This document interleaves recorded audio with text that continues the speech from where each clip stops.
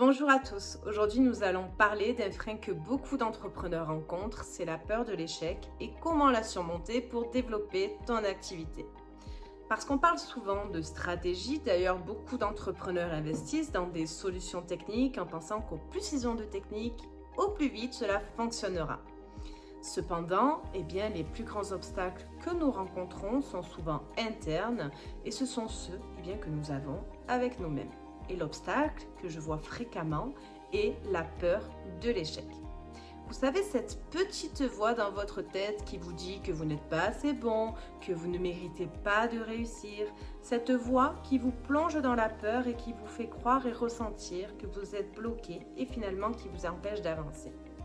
Progressivement, parfois sans même s'en rendre compte, nous nous laissons guider par cette voix qui finit peu à peu par nous convaincre. Et à chaque fois que l'on veut mettre quelque chose en place, nous sommes envahis par ces pensées et une tâche que l'on aurait mis 10 minutes à faire va se transformer en une journée entière, voire plus. Cela va nous déstabiliser parce que nous sommes à l'écoute de cette voix, ça va nous stresser, nous provoquer des insomnies, pour finir par nous faire perdre tous nos moyens, car nous sommes tiraillés entre nos actions et cette voix qui est là en continu dans notre esprit. Et on va finir par croire que ces dires sont la réalité, qu'on manque de confiance en nous et qu'on n'y arrivera jamais.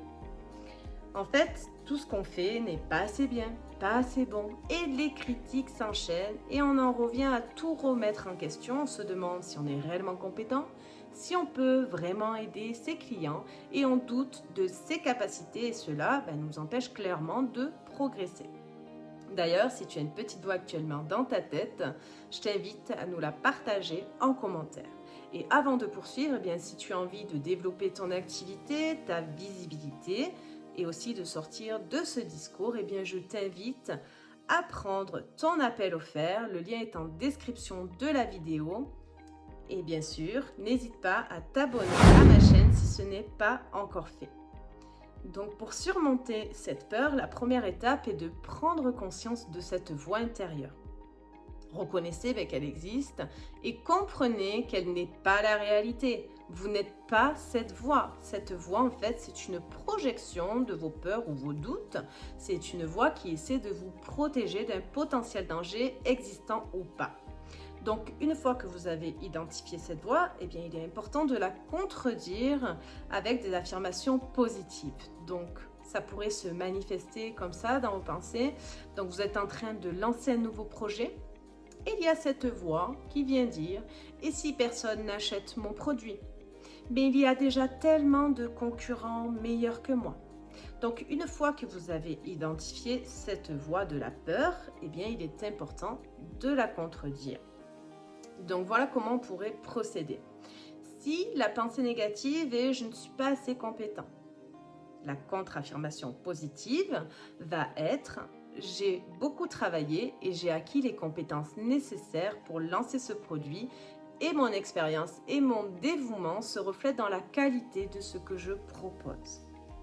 Si par exemple la pensée négative est « il y a tellement de concurrents meilleurs que moi », l'affirmation que je vous propose, l'affirmation positive, le contre-argument sera « chaque entreprise a sa propre voix et ses propres atouts et on me distingue par mon unicité et ma valeur et cela résonnera avec mes clients ».